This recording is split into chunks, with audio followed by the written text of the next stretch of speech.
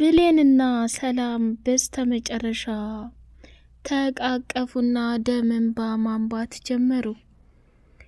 ሳሚ አቶ በኃይሉ ገድየዋለሁኝ እያለ ሲፎክረው የነበረው አደገኛና መርዝ ሰው ሳሚም ደግሞ እንደምንም ከተደበደበበትና ከተፈነከተበት ቦታ ላይ ተነስቶ ወደ ሕክምና ሂዶ ነበርና ብሌንን እንደምንም ማገኛትና ስሚ ብሌን በህይወትሽ ስትፈልጊውና ስትጓጊለት የነበረውን ትልቅ ነገር ልነግርሽ እፈልጋለሁ። ከዛሬ ማለፍ የለባትም።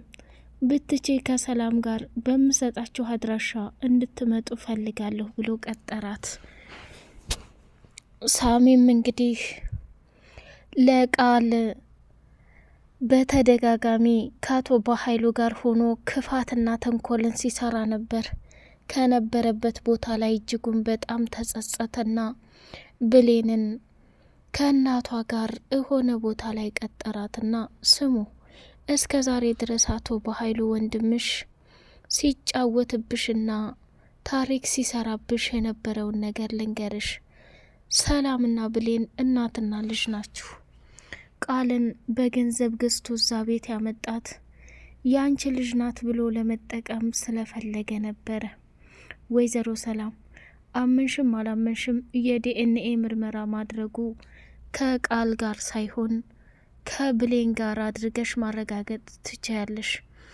ለዘላለም አረብ ሀገር ኑረሽ ተመልሰሽ ስትመጪ በናፍቆትና በጉጉት ስትጠብቂያት የኖረችው አንድና ብቸኛዋ ልጅሽ ብሌን ብቻና ብቻ ናት ብሎ እውነታውን ፍርጥ ሲያደርገው ሰላምዬ የማለችበት ቦታ ላይ ድርቅ ብላ ቀረች።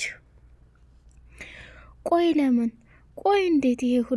ይሄ ሁሉ መንገድ መሄድ ምን አስፈለገ? አንድን ገንዘብ ለማግኘት የሰው ልጅ ይህን ሁሉ መንገድ መጓዝ ምን አስፈለገ? እያለች ሰላምም ከሚባለው በላይ በለቅሶ አበደች። ብሌንም ራሷን መቆጣጠር አቅቷት እውነት አንተ በጣም ጥሩ ሰው ነህ፣ ከነበርክበት ተጸጽተህና ራስህን ከጥፋት አንስተህ ዛሬ ላይ እንደዚህ ስላደረክልኝ በጣም አመሰግናለሁ ብላ እንግዲህ በደስታ ሳሚ ሁላቸውንም እቅፍ አደረጋቸው። ብሌንን እንደሚወዳትና እንደሚያፈቅራትም ቢነግራትም እሱ ግን ይሄን ነገር መናገር ስላለበት እኔና አንቺ ጓደኛሞች መሆን አለብን ብሎ ነበር የወሰነው ማለት ነው። ሰላም ሰላም፣ ውድ የተከበራችሁ የተወደዳችሁ የቻናሌ ቤተሰቦች፣ እጅግ በጣም ተወዳጁና በጉጉት ስንጠብቅ የነበረው የአደራ ድራማ እንደቀጠለ ይገኛል። ቻናሉን ላይክ፣ ሰብስክራይብ እያደረጋችሁ ለምታበረታቱኝ በጣም አመሰግናለሁ። ሳሚ እንግዲህ ብሌንን አገኛትና ብሌን ባለፈው እኮ እንደዛ ልነግርሽ የነበርኩት አንቺ ግን ገፈታትረሽ ጥለሽ ከሄድሽ በኋላ ሁሉንም ነገር መቋቋም አልቻልኩም አላት። ሳሚ ዛሬም ታመ ትቀልዳለህ እንዴ? ቆይ ምን ተፈጥሮ ነው እንደዚህ ራስህ ከመቃብር እስከወጣህ ድረስ የምትመስለው? አቶ በኃይሉ ነው እንደዚህ ያደረገኝ። ብሌን አመንሽ አላመንሽ እኔ ተቀይሬያለሁ። ስለዚህ ለተፈጠሩት ነገራቶች በሙሉ ይቅር በይኝ። አሁን እኔ የምፈልገው በጸጸቴ ተቃጥዬ የነበሩትን ጊዜያቶች ልክስሽ እፈልጋለሁ። እባክህ ሳሚ ምንም ነገር አትበለኝ። እየቀለድክብኝና እየተጫወክብኝ ከሆነ ሁሉም ነገር መጋለጫው ቅርብ ነው አለችው። አይ እኔ እንኳ በፍጹም እንደዛ አላሰብኩም። እውነቱን ስነግርሽ አመንሽም አላመንሽም ላንቺ በህይወትሽ ትልቅ ያልተመለሰ ነገር አለ። እሱን ደግሞ ልነግርሽ እፈልጋለሁ አላት። እሺ በቃ እቤት ስደርስ ቀጠሮ ለያዝና ተገናኝተን እናወራለን አለች። ወደ ቤት ስትሄድ ደግሞ እንግዲህ እናቷ ሰላም በጣም በድብርት ሆና ተኝታለች። እንዴ እትዬ ምን ሆነሻል? ሶፋ ላይ ብቻሽን የተኛሹ ምን ተፈጥሮ ነው? አሞሽ ከሆነ ወደ ሐኪም ቤት እንሄድ አለቻት። አይ አላመመኝም። ምን ያለሽ? አሁን አንቺ ስትመጪ በጣም ደስ አለኝ። እንደው ምን አለ ልጄ በሆነች ብዬ እመኛለሁ። ብሌን በጣም እንደምወድሽ እኮ ብታቂ እትዬ። እኔስ ብትይ እናት የሚቀየር ቢሆን ኑሮ አንቺን በቀየርኩሽ፣ እኔስ ቢሆን ልጅ የሚቀየር ቢሆን ኑሮ አንቺን በቀየርኩሽ። እንዴ ቃል የለችም እንዴ? ምን ሆነሻል? የምን መደበር ነው? በይ አሁን እኔም ወደ ክችን ገብቼ ቡና ላፈላላልሽ፣ ይህን ድብር ታስወጣልሻለሁ አለቻት። እስኪ ልቀፍሽ አለችና ሰላም እቅፍ አደረገቻት። ብሌንም ተነስታ ቡናዋን ማፈላላት ጀመረች። ተመልሳ መታ ቡናውን እየጠጡ ሳሉ እንደው ባለፈው እኮ ያ ሳሚ ደውሎ በተለይ ቃል ልጅ እንዳልሆነች ከነገረኝ በፊት ለሷ ምንም አይነት የልጅ ለዛ የላትም በፍጹም። እውነቱን ስነግርሽ አንድም ቀን ልጄ ናት ብዬ አምኜ መቀበል አልቻልኩም። ያም ሆኖ ግን አስተዳደጓ ነው ብዬ ትቸው ነበር። ብሌን እውነቱን ስነግርሽ ታይ እንደዛ አትበይ እትዬ፣ ልብሽ ምን ይልሻል አለቻት። ልቤ ከምትዩ በላይ በጣም እያዘነ ነው።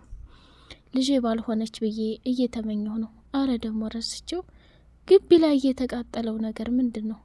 የቃልን አንሶላ አቃጠየዋለሁ። ጠረኗንም ማሽተትም አልፈልግም። ይህን ስትይ ትዝ አለኝ። ሳሚኮ ስትይ አቶ በኃይሉ አግቶ ገሎት ነበር። መጨረሻ ላይ ሙቷል ብሎ ትቶት ተሄደ። በኋላ እሱ ግን በህይወት ነበርና አግኝቸው አወራኝ። ለካ እውነቱን ነው። ስለ እናትሽ የማውቀውን ነገር በሙሉ ልነግርሽ እፈልጋለሁ ያለኝ ብላ አለች። ምን አልሽ ብሌን? እኔን እያወራሽ ነው እንዴ አለች።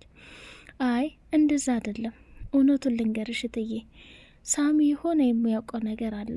ስለዚህ ሚስጥሩን እንዳያውቅበት ይሆን እንዴ እንደዚህ ያደረገው። ለማንኛውም ተረጋጊ፣ ሌላ ነገር እንዳይፈጠር ብላለቻት። ምንም አይፈጠርም፣ በኃይሉ አለበት ቦታ ላይ ሄጄ ማንቁርቱን ላንጠለጥለው ፈልጋለሁ አለችና ወደ ቢሮ እየበረረች ሄዳ አቶ በኃይሉን ፊት ለፊት ማንቁርቱን ሲጥ አድርጋ ያዘችው።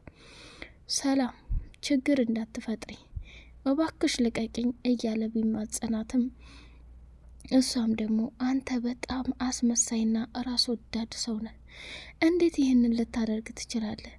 እንዴት እንደዚህ ታደርጋለህ? ቆይ አንተ ሳሚን አግተህ ቀጥቅጠህ የገደልከው የሰራኸውን ወንጀልና ክፋት በሙሉ ማንም እንዳያጋለጥብህ ነው አይደል? በጣም አሳፋሪ ነህ፣ በጣም እንዲህ ነህ እያለች ከፍ ዝቅ አደረገችና ሙልጭ አድርጋ አዋረደችው። እሱም ደግሞ አረ እባክሽ እህቴ፣ እኔ እኮ የእናትሽ ልጅ ወንድምሽ ነኝ። እንዴት ይህን ሁሉ ግፍና መከራ እኔ ላይ ታስቢያለሽ? ምንስ ቢሆን እኔ ይህን ሁሉ ጊዜና ይህን ሁሉ ሰዓት ከቤትሽ አከላፍተሽና ዋርድሽ ስታባሪኝ አርፌ ተቀምጫለሁ። አሁን ግን ምንም አልቆጣጠርሽም። ጮኸችና እዩት፣ ይሄ ወንድሜ በጣም ክፉና ጉደኛ ሰውዬ ነው እያለች ጨለለች። መጨረሻ ላይ አባባ ለካ አንተን የምንጠላህ እውነቱን ነው፣ ካሁን በኋላ ጣገቤ እንዳትደርስ፣ አንተ የእናቴ ልጅ ወንድሜ ለእኔ ሞታሃል ብላ እዛ ቦታ ላይ ሰላምን ማልቀሳ እየበረረች ተመለሰች። አቶ በኃይሉም ቆምና ኮሳሚ በህይወት አለ? ይህን የነገራት ማን ነው? ያቺ ቃል ትሆናለች፣ ሌላ ማንም ሊነግራት የሚችል ነገር የለም ብሎ በጸጸት አበደ። ወደ ቃል ዘንድ ስንሄድ ዳግም መንገድ ላይ አገኝቶ እያረጋጋትና እሷ ካለችበት ስሜት ለማውጣት ብዙ ነገር እያደረገ ነበር።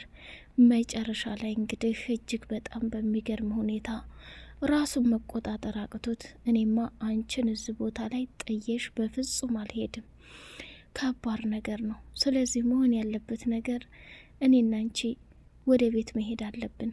እናቴን ደግሞ እንደምንም ብዬ ለማሳመን ሞክራለሁኝ አለ። ወደ ቤት አንጠልጥሎ ይዟት ሄደና ገነት እንግዲህ ደሞ ይችን ውሻ ሌባ ብላ ሰድባኛለች እኮ፣ ከቤቷ ብዙ ነገር እኮ አድርጋኛለች፣ አዋርዳኛለች።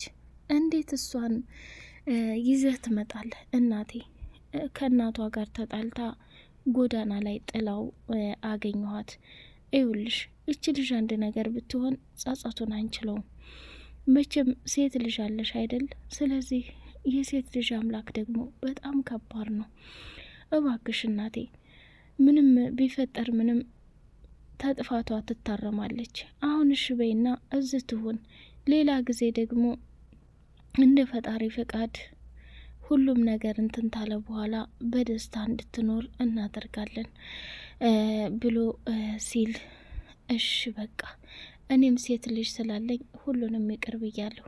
እንዳንተ ክፋትና ማስመሰል ግን መቼም ቢሆን ይቅር የምል ሰው አልነበርኩም ብላ እውነታውን ተናገረች።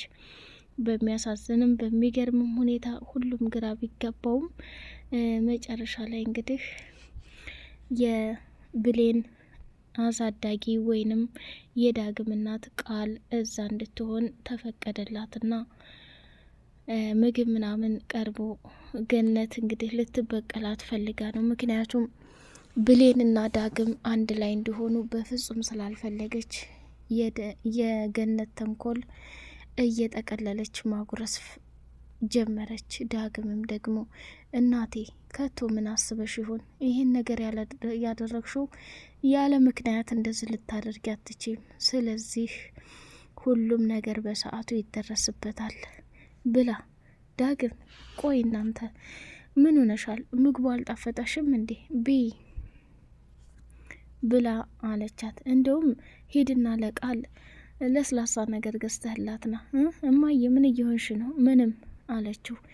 ዳግምም ሄዶ ለስላሳውን ገዝቶ መጣና እራት በሉ።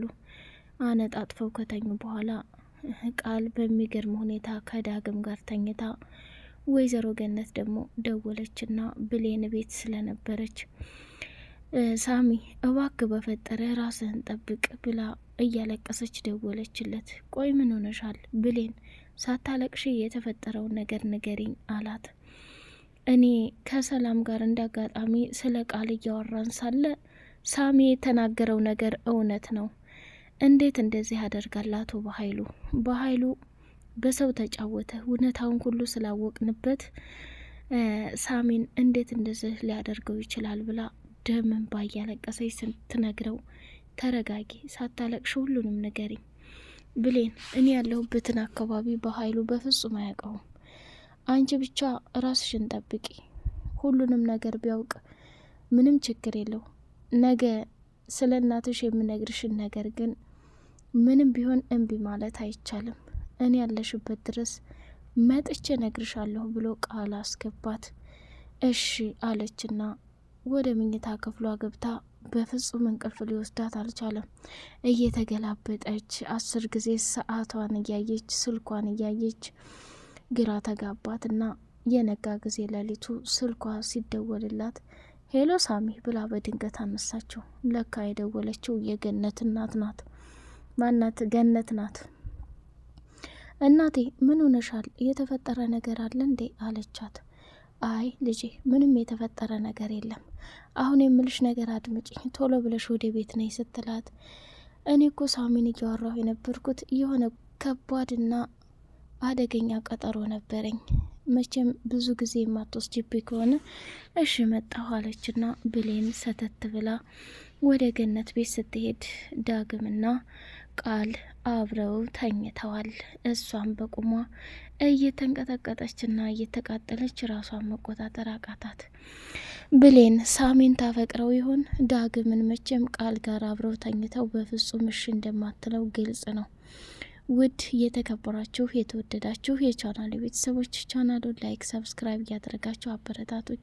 በቀጣይ ፓርት በጉጉት እስከምንገናኝ ድረስ የሰላምና የቃል መጨረሻ እንግዲህ ይሆናል። በቀጣይ ፓርት እስከምንገናኝ አሰላሙ አለይኩም ወራህመቱላሂ ወበረካቱ።